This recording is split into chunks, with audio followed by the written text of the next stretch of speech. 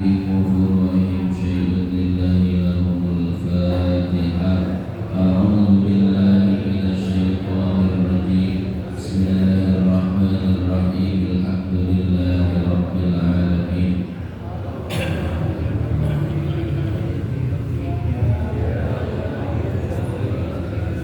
اهدنا الصراط المستقيم صراط الذين أنعمت عليهم غير المغضوب عليهم ولا الضالين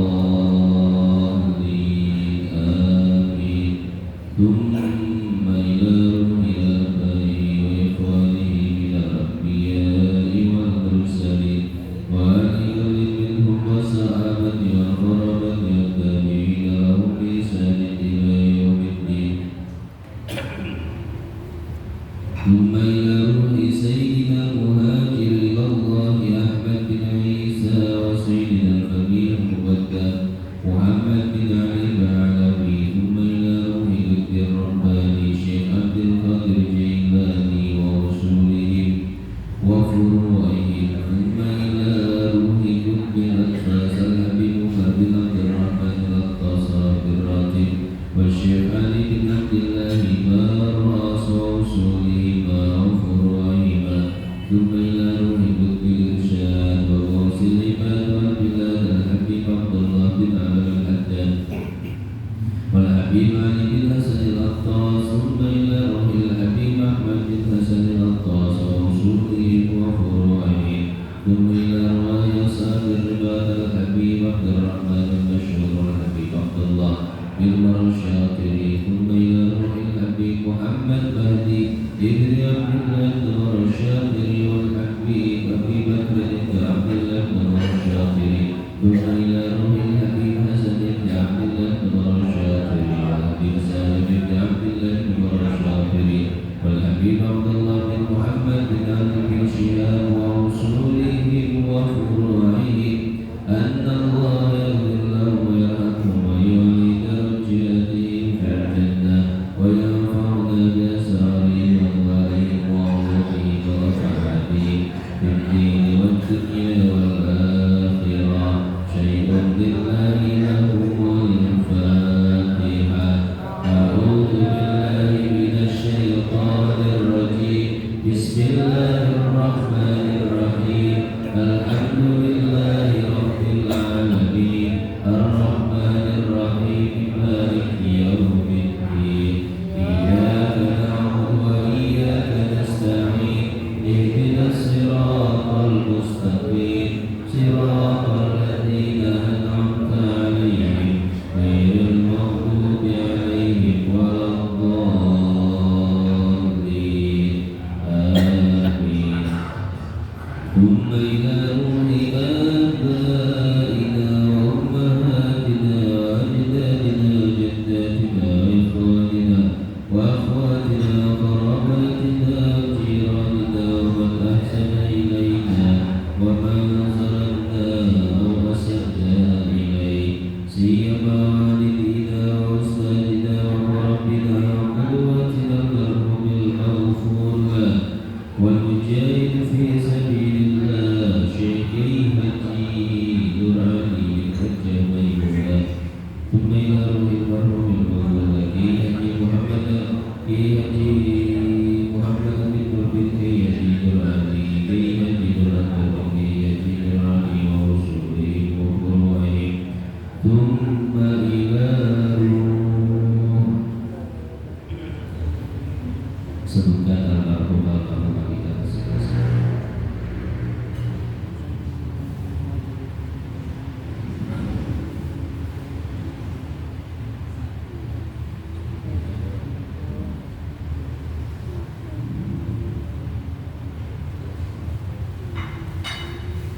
ولجميع القبور من المسلمين والمسلمات والمؤمنين والمؤمنات أينما كانوا من مشارق الأرض إلى مغاربها برها وبحرها. أن الله يغفر لهم ويرحمهم ويعلي درجاتهم في الجنة وينفعنا بأسرارهم وأنوارهم وعلومهم ونفعاتهم في الدين والدنيا والآخرة. شيء لله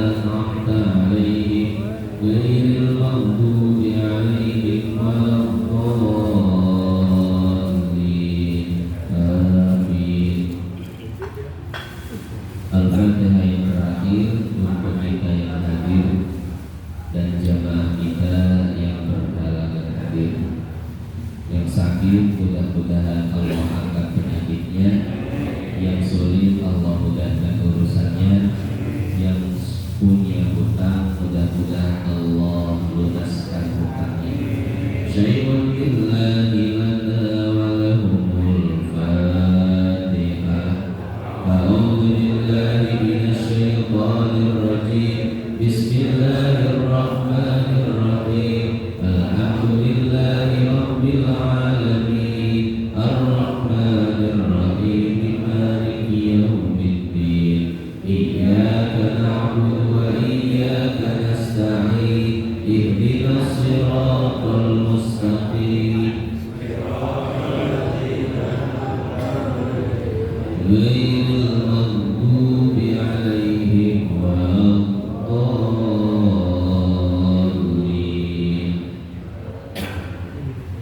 رب اغفر لنا ولوالدينا آمين. بسم الله walhamdulillah wassalatu wassalamu ala rasul Muhammad bin Abdillah wa ala alihi wa sahbihi wa mawala. Qala ta'ala kullu nafsin dha'iqatul maut. Wa qala an-nabi sallallahu alaihi wasallam kafa bil mauti wa'idha.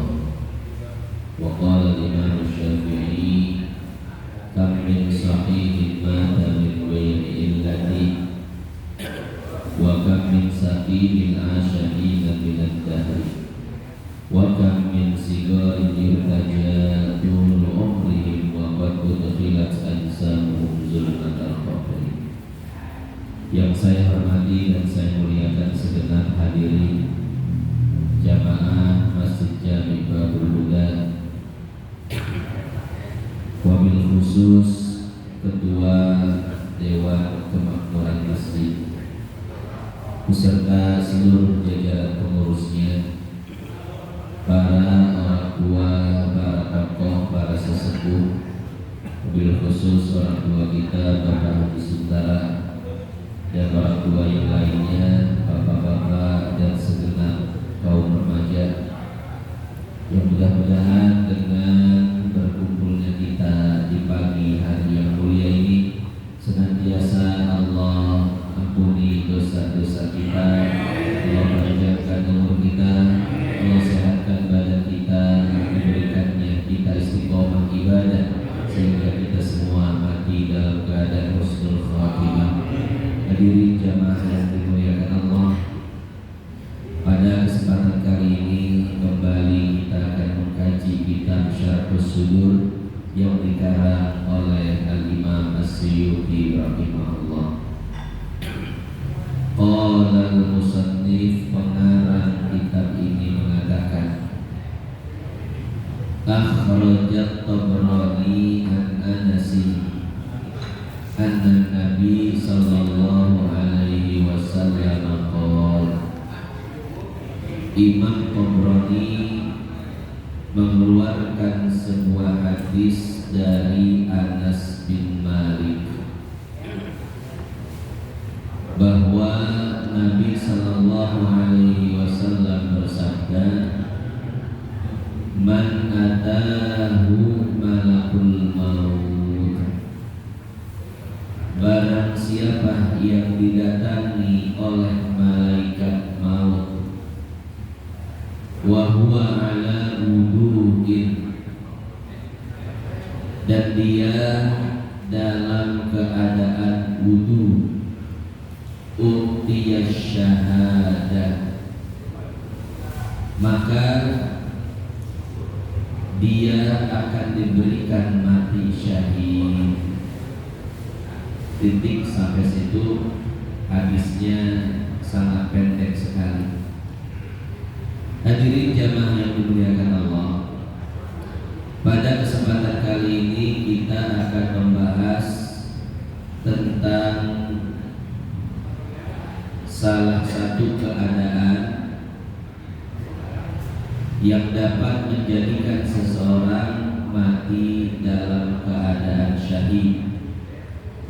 Jadi syahid itu tidak harus mati dalam pertempuran, akan tetapi ada beberapa keadaan yang dapat membuat kita mati syahid. Salah satunya adalah keadaan yang disebutkan di dalam hadis ini. Nabi SAW bersabda, barang siapa yang didatangi malaikat maut sementara dia dalam keadaan wudu, maka dia tercatat sebagai mati syahid. Oleh karenanya, Bapak sekalian yang dimuliakan Allah, sebisa mungkin kita jaga wudu. Ketika batal, wudu lagi, batal, wudu lagi, dan begitu seterusnya. Dan kalau bisa, setiap selesai wudu maka sholat 2 rakaat. Namanya sholat ba'diyah wudu. Di dalam hadis yang dinukil oleh Syekh Ibnu Hajar Al-Asqalani di dalam kitabnya Mukhtasar At-Targhib wa Tarhib, di malam hari Rasul sallallahu alaihi wasallam mendengar ada suara hentakan sendal di dalam surga. Kemudian Rasul penasaran dan bertanya kepada Jibril, wahai Jibril, itu suara sendal siapa di dalam surga? Apa kata Jibril? Wahai Rasul, itu suara sendalnya Bilal bin Rabah. Akhirnya Rasul penasaran, kenapa Bilal bisa mendapatkan keistimewaan seperti itu? Orang yang masih hidup di dunia, tapi suara sendalnya sudah terdengar di dalam surga. Maka di pagi hari Rasul mendatangi Bilal. Bilal, amalan apa yang kau miliki sehingga engkau masih di dunia tapi suara sendalmu sudah terdengar di dalam surga? Kata Bilal, wahai Rasul, tidaklah aku wudu melainkan setelahnya melaksanakan sholat 2 rakaat. Jadi Bilal itu kalau batal, misalkan buang angin atau buang air kecil, langsung wudu, Pak. Tidak pernah batal dari wudu. Dan setelah wudu, sholat sunnah 2 rakaat. Kata Rasul, itulah amalannya yang dapat menghantarkanmu pada satu kedudukan yang sangat tinggi di sisi Allah Subhanahu wa Ta'ala. Orang yang sudah meninggal saja belum tentu masuk surga. Engkau masih hidup, suara sendalmu sudah terdengar di dalam surga. Maka hadirin jamaah yang dimuliakan Allah, sebisa mungkin jaga wudu. Setiap kali batal, wudu lagi, batal, wudu lagi. Sampai situ saja keistimewaannya luar biasa. Apalagi disambung dengan sholat 2 rakaat setiap selesai wudu. Apalagi ketika Jibril datang dan mencabut nyawa dalam keadaan wudu.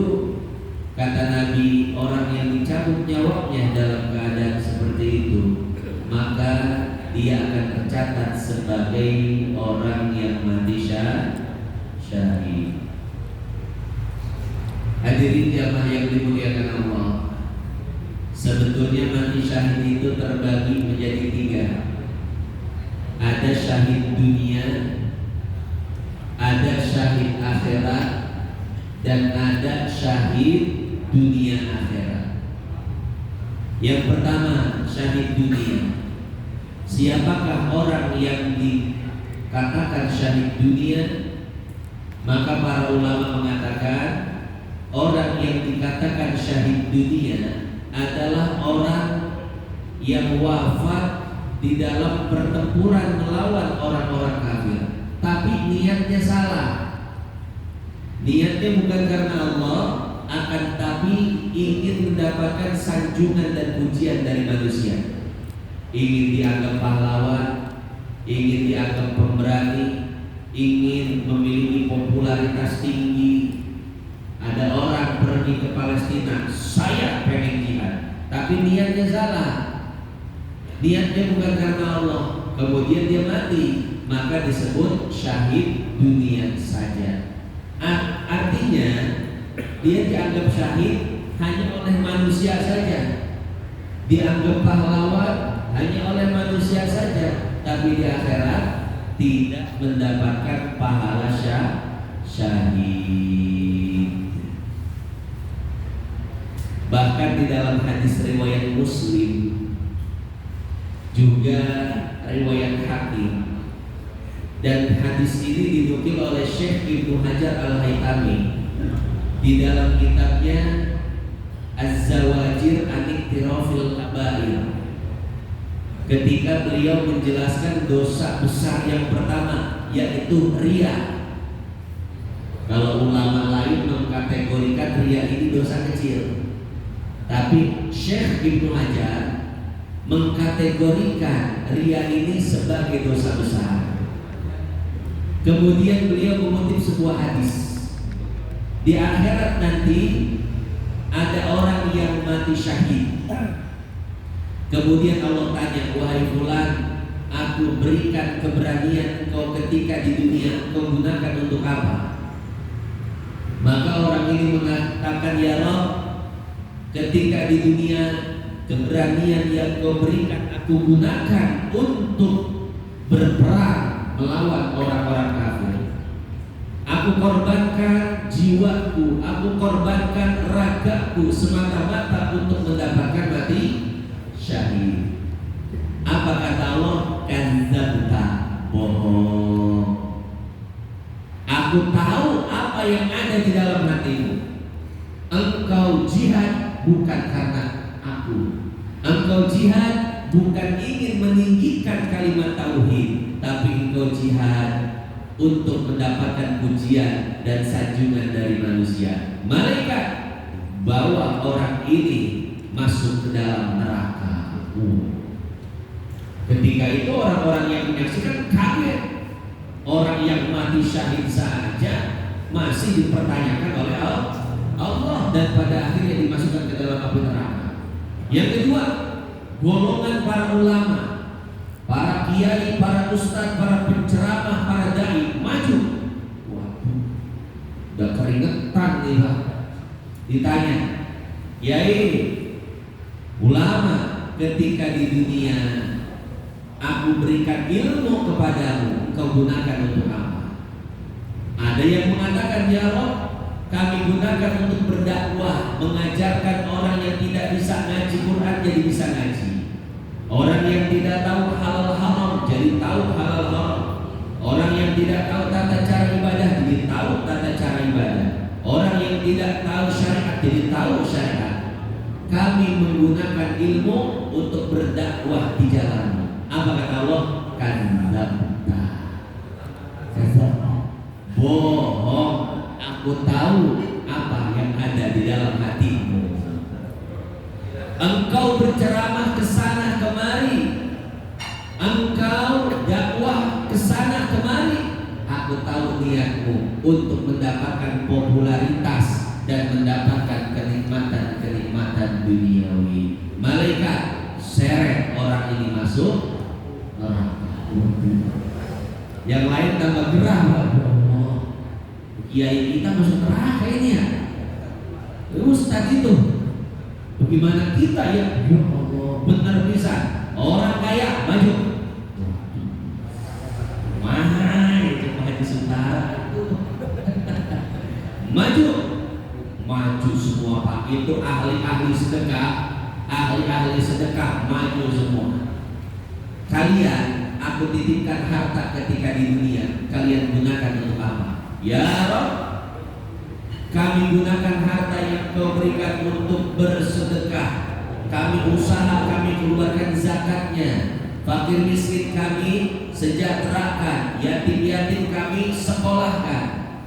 Kami gunakan hartamu untuk perjuangan agamamu. Apa kata Allah? Kadzabta, bohong. Aku tahu apa yang ada di dalam hatimu. Engkau engkau bersedekah ingin disanjung, engkau menolong duafa ingin dipuji, engkau menolong anak-anak yatim untuk mendapatkan popularitas tinggi, malaikat neraka diseret lagi ke neraka. Ya Allah, orang-orang pada pusing. Ini gimana? Ya Allah, orang mati syahid neraka, ulama neraka, orang-orang dermawan neraka. Kenapa? Karena kata malaikat salah niat. Orang-orang yang dibuang ke neraka oleh Allah yang tadi itu orang-orang yang salah niat.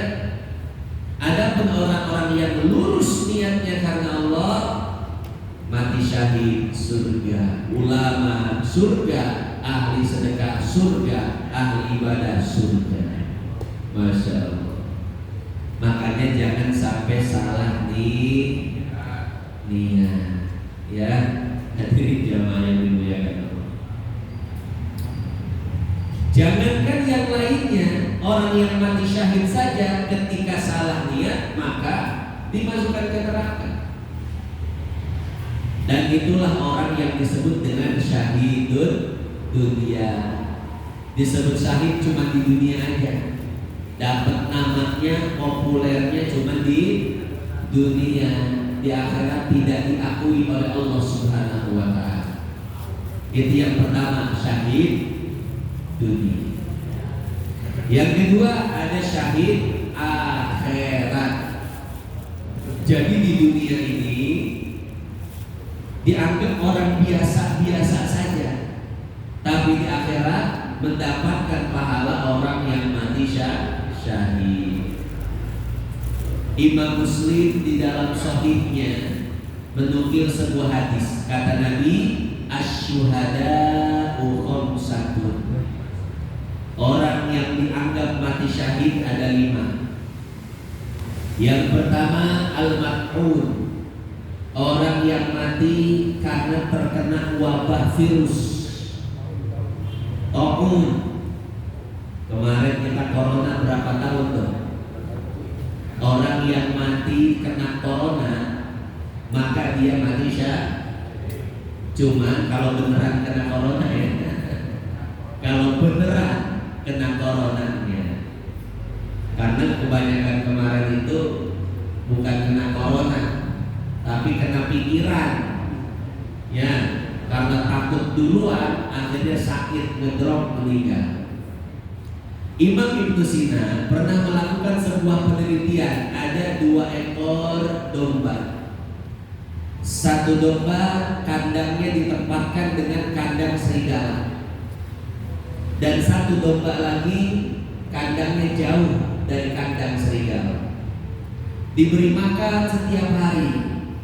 Ternyata domba yang kandangnya dekat dengan kandang serigala akhirnya tidak mau makan. Kenapa? Tiap hari melihat serigala yang seolah-olah akan menerkamnya, akan memakannya. Stres kambing itu, gak mau makan, kurus, akhirnya meninggal, mati kambingnya.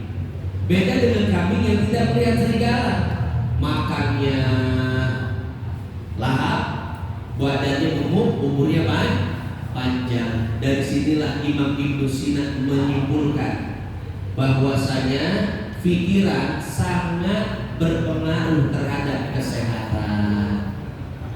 Makanya banyak orang yang sakit karena banyak pikiran, karena stres, betul kan? Maka jangan banyak pikiran, ya, biar kita sehat. Kemarin di corona, waktu corona yang dihajar itu mental kita. Orang banyak takutnya luar biasa, sehingga penyakit dibikin sendiri, akhirnya mati. Nah, makanya kalau bisa jangan punya pikiran apa? Jangan banyak pikiran atau jangan punya pikiran? Oh, jangan punya pikiran. Kalau nggak punya pikiran mah apa? PA tuh ya. Iya, tapi orang PA apa benar sehat? Pernah lihat orang gila masuk angin kan? Gak pernah kan ya? Padahal malam-malam, Masya Allah, gaya bebas buka baju, makannya apa aja, gak ada orang bilang minta kerokin, nggak ada. Sehat, ya kenapa? Nggak ada pikiran. Nah itu Pak kunci sehat ya. Nggak punya pikiran. Nah jadi seperti itu hadirin jamaah yang dimuliakan Allah. Itu yang pertama. Orang yang meninggal dunia karena wabah virus, maka dia tergolong mati syahid. Yang kedua kata Nabi al-maqtul, orang yang meninggal dunia karena penyakit di perutnya. Imam Nawawi mengatakan yang dimaksud penyakit di perut adalah al-ishal, yaitu diare. Dari atas gak ada yang masuk, makan minum gak masuk, tapi dari bawah keluar terus. Akhirnya stamina menurun, ngedrop, meninggal dunia, mati syahid. Ya. Yang ketiga wal gharib. Orang yang tergolong mati syahid adalah orang yang meninggal dunia dalam keadaan tenggelam. Beberapa tahun lalu ada kejadian di Pakis ya, di pantai Pakis itu ada pesawat kecelakaan, semua penumpangnya tenggelam di pantai Pakis. Pakis Karawang ya. Insya Allah itu syahid semua, karena orang yang mati dalam keadaan tenggelam matinya mati syahid. Ya cuman semuanya dengan catatan ya. Pertama orangnya beriman, yang kedua tidak dalam keadaan maksiat, yang ketiga, yang keempat shahibul hadmi, orang yang mati tertimpa reruntuhan. Lagi tidur di rumah, kemudian gempa bumi, rumahnya ambruk, mati tertimpa reruntuhan, mati syahid. Dan yang terakhir adalah fisabilillah, orang yang berada di jalan Allah. Ini penuntut ilmu berada di jalan Allah juga Pak. Maka insya Allah orang yang meninggal dunia dalam keadaan penuntut ilmu matinya mati syahid. Nah itulah 5 syuhada, 5 orang yang tercatat sebagai mati syahid. Kemudian Imam Nawawi di dalam syarahnya Al-Minhaj, beliau mengatakan ternyata yang syahid itu bukan cuma 5 ini aja, banyak lagi. Termasuk orang yang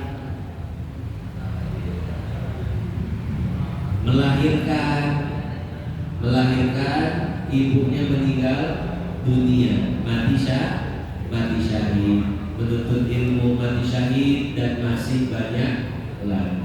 Nah salah satunya adalah orang yang disebutkan di dalam hadis ini, orang yang meninggal dunia dalam keadaan memiliki wudu, mati syahid. Ini disebut dengan syahid akhirat. Di dunia dianggap biasa, tapi di akhirat mendapatkan pahala mati syahid. Kemudian yang ketiga, syahid dunia akhirat. Siapakah orang yang disebut mati syahid dunia akhirat? Para ulama mengatakan mereka adalah orang-orang yang berperang melawan orang kafir dan niatnya semata-mata karena Allah. Ini seperti prajurit-prajurit Hamas di Palestina.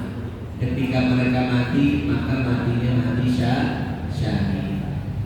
Begitu pula rakyat Palestina, ketika mereka mati, matinya mati syahid. Belum lama ada seseorang yang sangat luar biasa mati syahid. Ini orang dicintai orang sedunia. Siapa? Yaitu Ismail Haniyah. Beliau pemimpin tertinggi Hamas. Pada hari Rabu 31 Juli 2024 beliau syahid. Ya. Beliau mati syahid. Cuman beliau ini pernah difitnah, Pak. Yang fitnahnya orang Indonesia lagi. ustadz lagi, depan jamaahnya lagi, disyuting lagi, videonya banyak di YouTube. Saya nggak usah sebutkan namanya siapa. Intinya ada ustadz yang fitnah beliau. Ustadz ini bilang apa? Ismail Haniyah itu enak-enakan di Qatar, hidup mewah bersama keluarga dan anak-anaknya. Sementara rakyat Palestina dan pejuang Hamas itu sedang berperang melawan Yahudi, Israel, Zionis. Dia malah enak-enakan. Itu fitnah. Sumber yang dia kutip pun sebetulnya itu sumber dari Zionis juga, sumber dari Israel juga. Maka sangat disayangkan, ya. Padahal Ismail Haniyah itu Masya Allah, jangankan beliau yang kemarin syahid, sebelumnya sudah ada 60 keluarganya yang mati syahid. Semua keluarga dikirim untuk perang. Anaknya maju jihad, pamannya maju jihad, bahkan sebagian keluarga perempuannya Pak mati syahid. Karena itulah yang dicita-citakan oleh mereka. Cita-cita mereka Pak sangat mulia sekali, syahid. Beda sama kita. Kita mah ya Allah, cita-cita kita proyek ini, proyek ono, mati sangit dah pokoknya. Proyek apa lagi Pak? Banyak ya. Perumahan, tanah, apa lagi? Waduh, cita-cita kita masih jauh dengan cita-cita mereka yang mulia. Mereka itu tidak lagi memikirkan kehidupan dunia. Mereka itu berpikir bagaimana caranya mati syahid. Urang mah can bisa kos kitu Paknya. Loba kena urusan dunia orang. Ya. Maka sebetulnya bisa juga seperti mereka. Dengan cara apa? Dengan cara kita berjihad di koridor kita masing-masing. Bapak para pembisnis ya bisa berjuang di koridor bisnis. Jadi bisnis karena Allah Ta'ala mengumpulkan harta, tujuannya untuk apa? Untuk bisa mengeluarkan zakat, untuk bisa mengeluarkan sedekah, untuk bisa menghidupi kaum duafa, fakir miskin dan lain sebagainya. Itu pun termasuk jihad. Jadi jihadnya orang berharta ya pakai harta. Ada lagi jihadnya orang berilmu ya pakai ilmu, ngajar di sana, ngajar di sini. Cuman kadang Pak banyak ngajar keliling ceramah di mana-mana galau juga. Pulang dikasih amplop. Kadang pulangnya ngumpet-ngumpet ditransfer. Ustaz kemana aja tadi ya? Kok kita nggak ketemu udah kita nomor ATM-nya udah dikasih kita sama orang lain Pak. Transfer. Galau. Nah itu penceramah yang benar tuh. Penceramah yang benar, ustaz yang benar, kiai yang benar. Ya. Jadi dapat dunia itu galau. Makin banyak ngaji, makin banyak duit, galau Pak sebenarnya Maya. Cuman mau bagaimana lagi, lo nggak diterima. Kan kata Ama Uci, zikir paling afdol itu zikir ulah. Tahu zikir ulah Pak? Kalau zikir Allah gampang. Zikir Allah itu gampang, siapapun bisa zikir Allah. Orang kafir, munafik bisa zikir Allah. Allah, Allah, Allah. Wala in sa'altahum man khalaqas samawati wal ard la yaquluna Allah. Orang kafir ditanya siapa menciptakan langit bumi? Allah. Ya. Ma na'budu illa liyuqarribuna ila Allahi zulfa. Allah. Siapapun bisa nyebut Allah. Tapi tidak semua orang bisa melaksanakan ulah. Apa itu ulah? Pertama, mun teu boga ulah eta. Mun dibere ulah nolak, mun aya ulah ditender, ulah disimpen, bere bisa teu pas kitu. Wah, urang mah mun geus deukeut jeung jelema beungan, setik-setik Pak Haji, setik-setik Pak Haji. Ya. Nah, kalau kita dapat banyak, kita simpen. Wah, ulah diberi ka batur. Ini mah ulah diberi ka batur, bukan ulah disimpan. Tuh, zikir paling afdol zikir ulah. Teu boga ulah mereka. Dibere ulah nolak.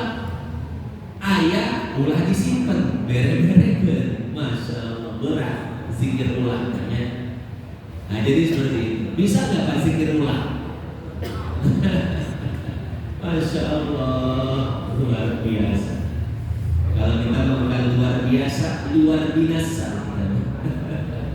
Nah jadi seperti itu ya. Hadirin jamaah yang dimuliakan Allah.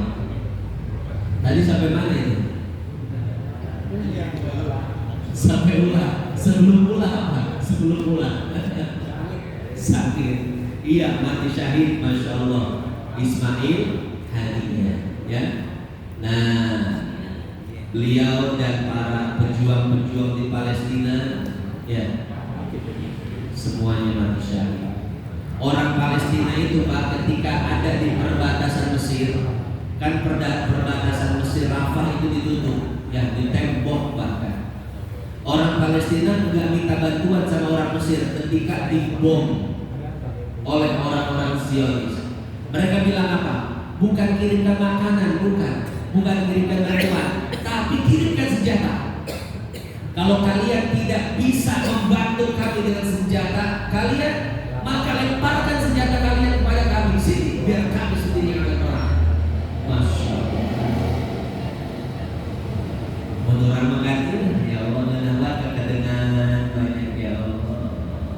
Asep, kasurku, pamajikan gusti aku mahoy posisi dibulak dibalik. Ya Allah. Orang Palestina boro-boro bisa ngabulak balik pamajikan Pak, bisa. Tempatnya di mana? Kadangnya yang dipegang Pak. Masya Allah, kita ini nikmat Allah luar biasa. Maka syukuri dengan ibadah kepada Allah.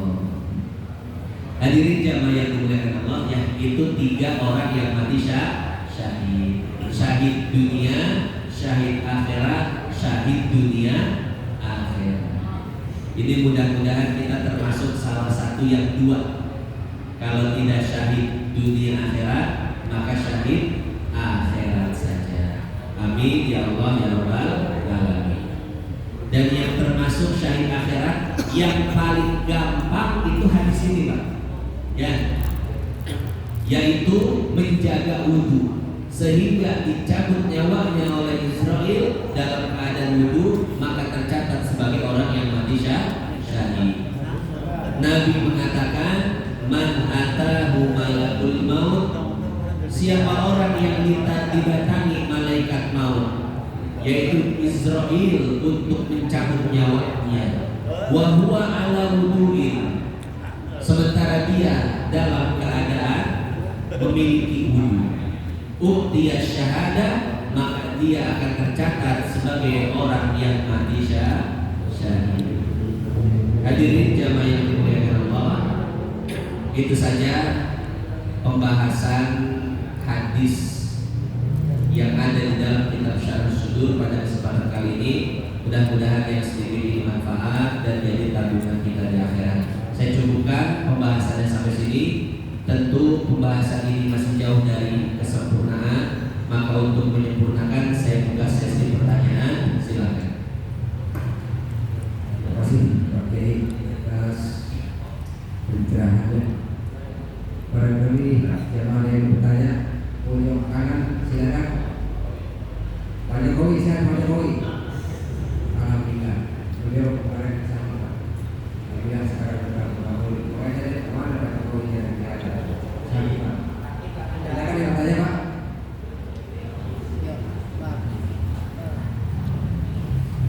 Berdiri Pak, supaya kelihatan. Assalamualaikum warahmatullahi wabarakatuh. Waalaikumsalam warahmatullahi wabarakatuh.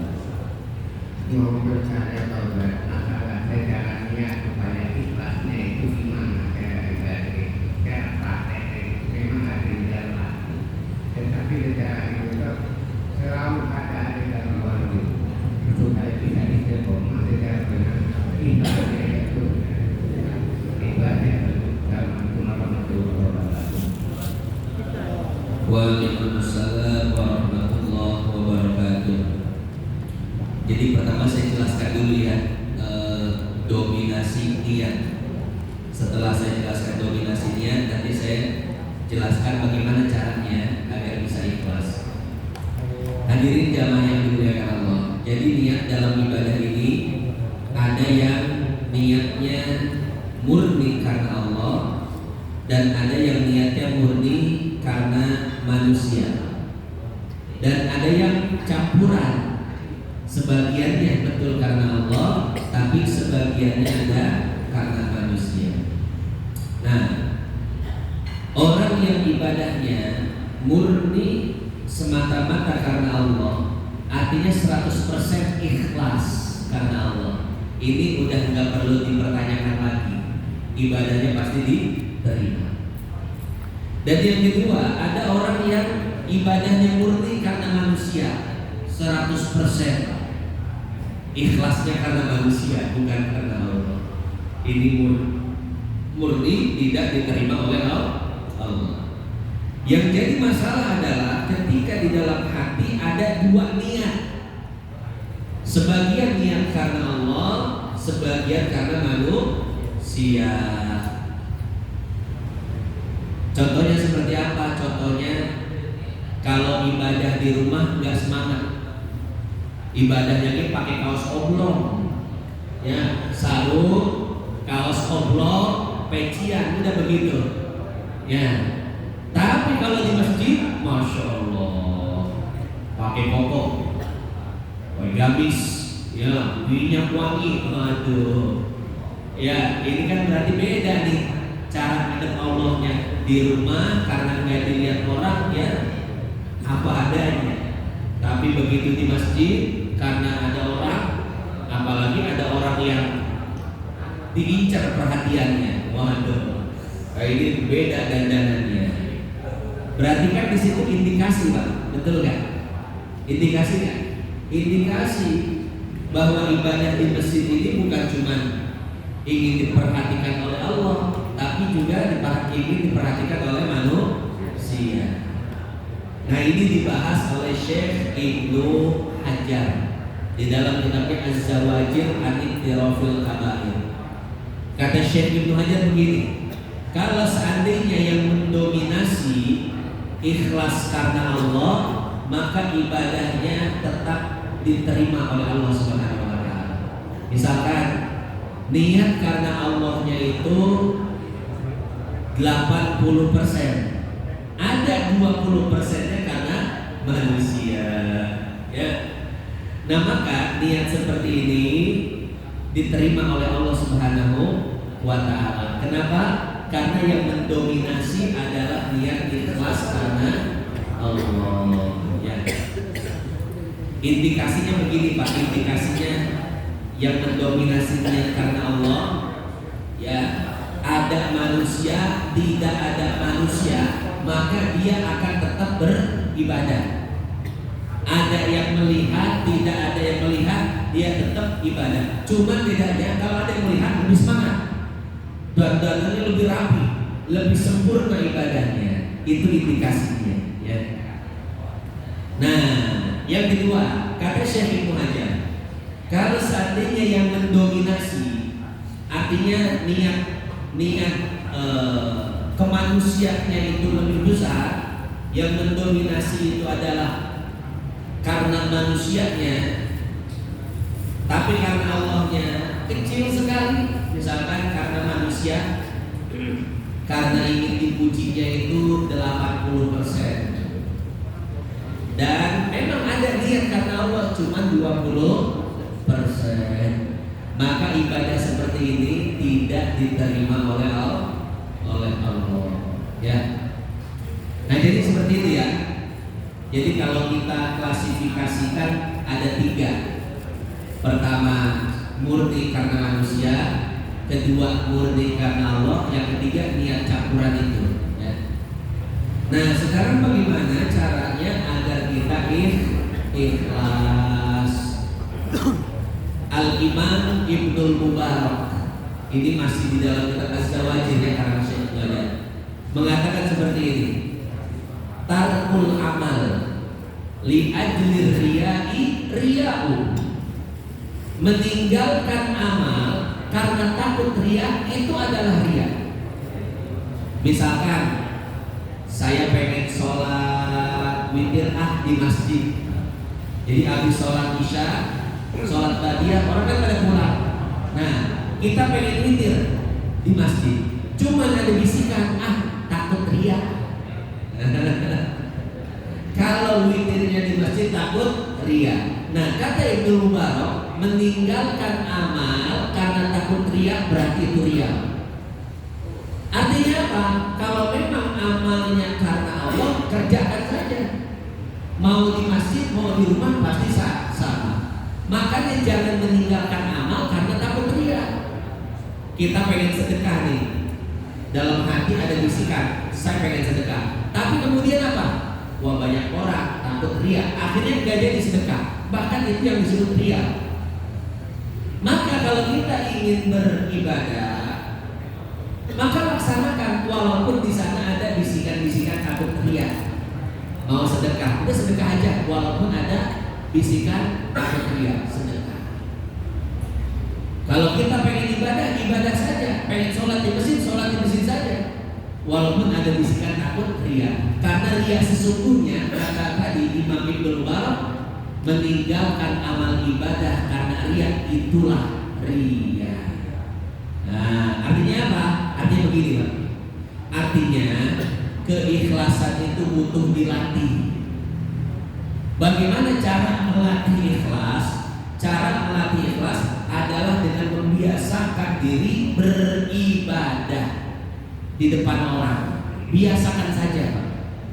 Insya Allah namanya ikhlas nanti terlatih sendiri dan muncul sendiri.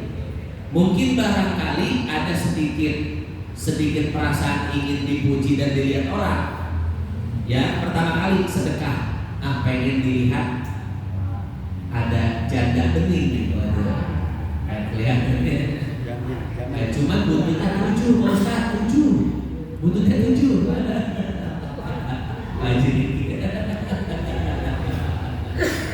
Ya, waduh, kebetulan. Akhirnya apa?